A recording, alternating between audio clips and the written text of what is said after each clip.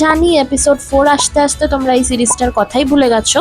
এই নববর্ষে তাই তোমাদের আবার মনে করিয়ে দিচ্ছি আমাদের সেই সিরিজের কথা যেখানে we test the food and give you authentic reviews.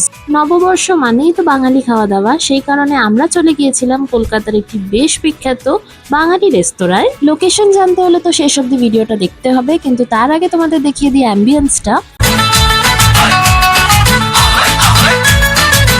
সবার প্রথমে অর্ডার করে দিয়েছিলাম ওখানের কিছু স্পেশাল বেভারেজেস।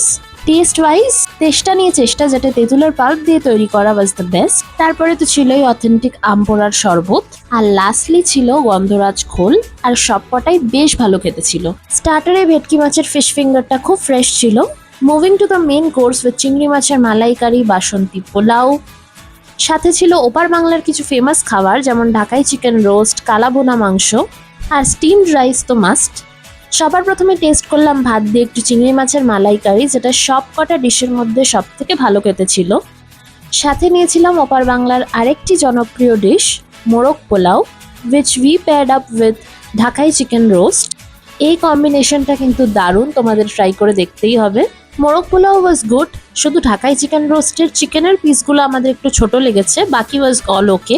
তারপরে ছিল বাঙালির প্রিয় প্রেশার কুকার মাটন। খাসির মাংস আর ভাত ছাড়া আমার মনে হয় না যে নববর্ষ কমপ্লিট হয়।